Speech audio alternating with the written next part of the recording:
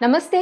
Welcome to our channel. Senior journalist Bharadwaj గారు ఉన్నారు. వారితో మాట్లాడదాం. సార్ నమస్తే సార్. నమస్తే. పంచాయతీ అటవీ శాఖ మినిస్టర్‌గా ఉన్న పవన్ కళ్యాణ్ గారిని శాఖ మార్చే అవకాశాలున్నాయి చంద్రబాబు నాయుడు గారు అనే న్యూస్ వస్తుంది సార్. నిజంగానే శాఖ మార్చే అవకాశాలున్నాయా? అంటే ఏపీలో ఈ రకమైనటువంటి స్పెక్యులేషన్ ఏపీ సెక్రటేరియట్‌లో నడుస్తోంది. హ్మ్. అంటే ప్రభుత్వ ఉద్యోగుల మధ్య ఈ చర్చ నడుస్తోంది. ఓకే. కారణం రామనారాయణ రెడ్డి గారి చేతుల్లో దేవాదాయ శాఖ ఉంది ఇప్పుడు. దేవాదాయ శాఖ మంత్రిగా ఉన్నారాయన. హ్మ్. అయితే ఆయనే స్వయంగా నాకు అంటే 75 సంవత్సరాలు వయసయింది. అందుకని నేను ఈ శాఖని నిర్వహించలేకపోతున్నాను కాబట్టి నాకు అటవీ శాఖ లాంటిది ఏదైనా ఇచ్చేస్తే ప్రధానంగా కింది స్టాఫ్ మీద ఆధారపడి నడుస్తుంది. నేను కేవలం పర్యవేక్షణ ఒకటే చేస్తాను అక్కడ హ్మ్. అని తనకు తానే ఆ శాఖ నుంచి అటవీ శాఖకి మారాలని అనుకుంటూ ముఖ్యమంత్రి గారికి ఒక సంకేతం పంపించారు అనే మాట ఒకటి వినిపిస్తోంది. హ్మ్. ఇది అధికారిక సమాచారం కాదు, ఓకే సార్. వినిపిస్తున్న సమాచారం హ్మ్. మాత్రమే. హ్మ్. అలాగే ఈ నేపథ్యంలోనే దేవాదాయ శాఖ ఉద్యోగుల నుంచి వినిపిస్తున్న మాట ఏంటంటే ఈ మధ్య కాలంలో 2-3 సందర్భాల్లో దేవాదాయ శాఖకి సంబంధించినటువంటి ఫైల్స్ పవన్ కళ్యాణ్ గారు తన ఆఫీసుకు తెప్పించుకుని దేవాదాయ శాఖ అధికారులతోనే హ్మ్. తెప్పించుకుని వాటికి సంబంధించిన వివరాలు అడిగి తెలుసుకుని ఆ ఫైల్స్ ఎవరికి అప్పచెప్పాలో ఆయనే చెప్పినట్టుగా ఒక మాట సర్క్యులేట్ అవుతుంది. నిజానికి ఈ ప్రచారం అక్కడి నుంచి మొదలైంది, దేవాదాయ శాఖ ఓకే నుంచి సార్. మొదలైంది. హ్మ్. అంటే యాక్చువల్గా మేము దేవాదాయ శాఖ మంత్రితో కదా కలవాల్సింది, హ్మ్. మధ్యలో పవన్ కళ్యాణ్ గారికి ఎందుకు వివరణ ఇస్తున్నాం మనం అని అక్కడ మొదలైంది స్పెక్యులేషన్. హ్మ్. అంటే దేవాదాయ శాఖ పవన్ కళ్యాణ్కి అప్పచెప్పబోతున్నారేమో అని. హ్మ్. దేవాదాయ శాఖ పవన్ కళ్యాణ్కి అప్పచెబితే బాగుంటుంది అనే ఒక అభిప్రాయం ఆ మధ్యకాలంలో బయట నుంచి చాలామంది ప్రకటించారు. అవును సార్. అంటే ఏ సందర్భంలో అనగా అది తిరుమల తిరుపతి ప్రసాదాలకు లడ్డు. సంబంధించి హ్మ్. అక్కడ నెయ్యి కల్తీ జరిగింది అనే గొడవ హ్మ్. జరిగినప్పుడు ఈయన ప్రాయశ్చిత్త దీక్ష అనే పేరుతో అక్కడ హడావిడి చేశాడు. అవును సార్. చేసి సనాతన ధర్మము ఇవన్నీ మాట్లాడాడు ఆయన. హ్మ్. ఆయన ఆహార్యము ఇవన్నీ కూడా ఆయన మాట్లాడిన పద్ధతి చాలా ఫెరోషియస్గాను అలా నడిచింది. ఒక హ్మ్. కొంచెం ఉగ్ర స్వరూపంలో కనిపించాడు ఆ రోజున పవన్ కళ్యాణ్ గారు. హ్మ్. అందుకని ఈయన చేతుల్లో దేవాదాయ శాఖ పెట్టేస్తే చాలా పటిష్టంగా ధర్మం, సనాతన ధర్మం వర్ధిల్లుతుంది అన్న లెవెల్లో చాలామంది మాట్లాడేశారు. హ్మ్. ఈ సందర్భంగా సనాతన శాఖ అనేది ఒకటి ఏర్పాటు చేసి దానికి ఆయన్ని మంత్రిని చేసినా బాగానే ఉంటుందని కొంతమంది సెటైర్లు కూడా వేశారు. హ్మ్. అయితే ఫైనల్గా ఇది జరిగిపోయిన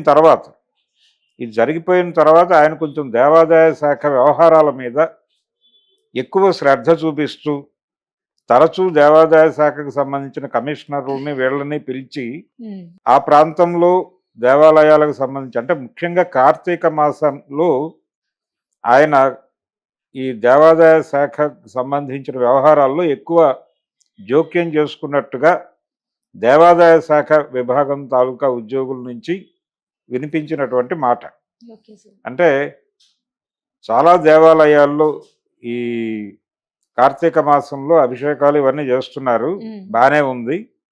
కానీ ధూపదీప నైవేద్యాలకు నోచుకోని దేవాలయాలు కూడా కొన్ని చాలా ఉన్నాయి కాబట్టి ఇక్కడ వచ్చేటువంటి ఆదాయాన్ని కొంత డైవర్ట్ చేసి ఆ ఆలయాలకు పంపించి ఏది కార్తీక మాసం వరకు హ్మ్. పంపించి కార్తీక మాసం అంతా ప్రతి శివాలయంలోనూ ధూపదీప నైవేద్యాలు ఘనంగా ఉండేలాగా ఏర్పాట్లు జరగాలి. దానికి సంబంధించిన ఫండింగు మీరు మీరు బాధ్యత తీసుకుని పంపించాలి. ఎక్కడి నుంచి పంపించాలి? డబ్బు వస్తున్నటువంటి ఆలయాలు, ఇప్పుడు కాళహస్తి ఇలాంటివి ఉన్నాయి. అవును సార్. ఈ ఆలయాలకు ఎలాగూ డబ్బు వస్తుంది కాబట్టి ఈ డబ్బుల నుంచి మీరు అటు డైవర్ట్ చేయండి అని ఆ ఫైల్స్ మీద ఆయనే స్వయంగా సంతకం పెట్టినట్టుగా కూడా ఒక మాట హ్మ్. బయటకు వచ్చింది. హ్మ్. హ్మ్. ఈ సందర్భంగా ఈ స్పెక్యులేషన్ మొదలయ్యి ఆయనకి శాఖ మారుస్తున్నారు అనే మాట వినిపిస్తుంది. ఈ శాఖ మారుస్తున్నారు అనే మాట వినిపిస్తున్న టైంలోనే ఆనం రామనారాయణ రెడ్డి గారు ఏం ఆలోచిస్తున్నాడు మరి, ఆయన హర్ట్ అవ్వాలి కదా. ఇంతకు ముందే ఒక వివాదం జరిగింది అక్కడ. అంటే పవన్ కళ్యాణ్ గారు పిఠాపురంలో మాట్లాడుతూ ఆ రాష్ట్రంలో జరుగుతున్నటువంటి కొన్ని వ్యవహారాల మీద ఆయన కొంచెం తీవ్రంగా స్పందిస్తూ హోంశాఖ మంత్రి ఏం చేస్తున్నారు, ఒకవేళ నేనే గనక హోంశాఖ తీసుకుంటే పరిస్థితులు చాలా తీవ్రంగా ఉంటాయని ఆయన ఒక వార్నింగ్ ఇచ్చాడు. దాని మీద రకరకాల గొడవలు జరిగినాయి. అవును సార్. ఇప్పుడు దేవాలయాలకు సంబంధించిన వ్యవహారాల్లో ఆయన నేరుగా జోక్యం చేసుకుంటున్నట్టుగా వార్తలు వస్తున్నాయి. మరి ఈ సందర్భంగా ఆనంద్ రామనారాయణ రెడ్డి గారు హర్ట్ అవ్వాలి కదా. ఆయన హర్ట్ అయి ఓపెన్గా మాట్లాడి ఉండాల్సింది, కానీ మాట్లాడట్లేదు. ఆయన సైలెంట్గా ఉన్నాడు, మాట్లాడటం లేదు, ఆయనకు రిపోర్ట్ చేయటం లేదు అని కమిషనర్ల మీద కూడా ఆయన ఎక్కడ సీరియస్ అయినటువంటి దాఖలాలు కూడా కనిపించడం లేదు. కాబట్టి ఆయన స్వచ్ఛందంగా ఈ శాఖ నుంచి తప్పుకుని అటవీ శాఖకి షిఫ్ట్ అవ్వాలని స్వయంగా తనే ముఖ్యమంత్రితో చెప్పినట్టుగా ఒక వార్త ప్రచారంలోకి వచ్చేసింది. ప్రస్తుతం ఏపీ సెక్రటేరియట్లో జరుగుతున్నటువంటి పుకారుల్లో, అంటే ఇప్పుడు దాదాపు ప్రపంచం అంతా పుకారుల మీదే నడుస్తోంది. ఏపీ సెక్రటేరియట్ చుట్టుపక్కల సర్క్యులేట్ అవుతున్నటువంటి పుకార్లలో కొంచెం సెన్సేషనల్ పుకార్ అయితే ఇదే. దేవాదాయ శాఖ నుంచి రామనారాయణ రెడ్డి గారు తప్పుకుంటున్నారు, ఆ పదవి పవన్ కళ్యాణ్ గారిని వరిస్తోంది. అటవీ శాఖని ఈయన నుంచి తప్పించి దానికి రామనారాయణ రెడ్డి గారిని మంత్రిగా చేసేటువంటి ప్రయత్నాలు జరుగుతున్నాయి. రెండోది, అంటే ఇది ఒక సెక్షన్ మాట్లాడుతోంది, రెండో వైపు అటవీ శాఖ కూడా పవన్ కళ్యాణ్ దగ్గరే ఉంచి రామనారాయణ రెడ్డి గారి వయసు రీత్యా ఆయనకి ప్రస్తుతానికి విరామం ఇచ్చి ఆయన ఎమ్మెల్యేగా కొనసాగుతాడు, ఈ టర్మ్ వరకు కొనసాగుతారు. అప్పటికి 80 వచ్చేస్తుంది ఆయనకి. కాబట్టి ఈ టర్మ్ వరకు ఆయన గౌరవప్రదంగా అలా ఉంచాలి అనేది అనుకుంటున్నట్టుగా ఒక వార్త.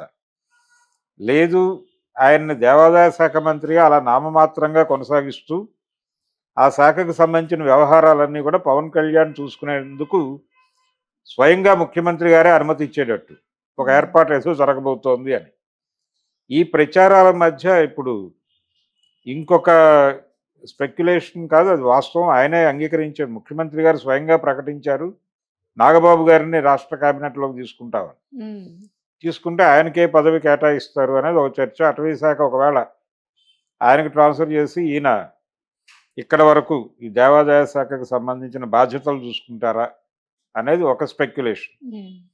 ఇవన్నీ జరుగుతున్నాయి. అయితే ఒకటి మాత్రం వాస్తవం, దేవాదాయ శాఖకు సంబంధించిన చాలా ఫైల్స్ ఈ మధ్య పవన్ కళ్యాణ్ గారే క్లియర్ చేస్తున్నట్టుగా తెలుస్తోంది.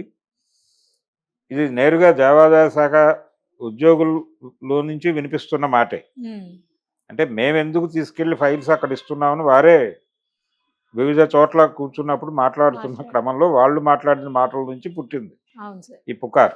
అలాగే చాలా దేవాలయాలకు సంబంధించి ఆయన కొంతమంది పీఠాధిపతులని సజెస్ట్ చేసి పవన్ కళ్యాణ్ గారు వాళ్ళు చూసుకుంటారు ఇక్కడ వ్యవహారాలన్నీ కూడా, వాళ్ళ సారథ్యంలో జరిగితే బాగుంటుంది అని కూడా దేవాదాయ శాఖ వాళ్ళతో చర్చిస్తున్నట్టుగా వినిపిస్తోంది. కాబట్టి ఇది కొంచెం సీరియస్గా పట్టించుకోవాల్సిన విషయమే. పవన్ కళ్యాణ్ డిప్యూటీ సీఎం హోదాలోనే సంతకాలు పెడుతున్నారు ఆ ఫైల్స్ మీద అని చెప్తున్నారు. అలాగే కొన్ని సందర్భాల్లో ఆయన నేరుగా జనసేన పార్టీ కార్యాలయానికే దేవాదాయ శాఖ అధికారులను పిలిపించుకుని మాట్లాడుతున్నారు అనే మాట కూడా చాలామంది అబ్జర్వ్ చేసి చెప్తున్నటువంటి మాటే. సో ఏదో జరుగుతోంది, సంథింగ్ దేవాదాయ శాఖకు సంబంధించి ఒక షిఫ్ట్ అయితే జరిగేటువంటి ఛాన్సెస్ ఉన్నాయి అనేది వినిపిస్తోంది. పవన్ కళ్యాణ్కి అదనంగా దేవాదాయ శాఖ కేటాయించే ఛాన్స్ అయితే బలంగా కనిపిస్తుంది. Right sir, thank you sir. Thank you.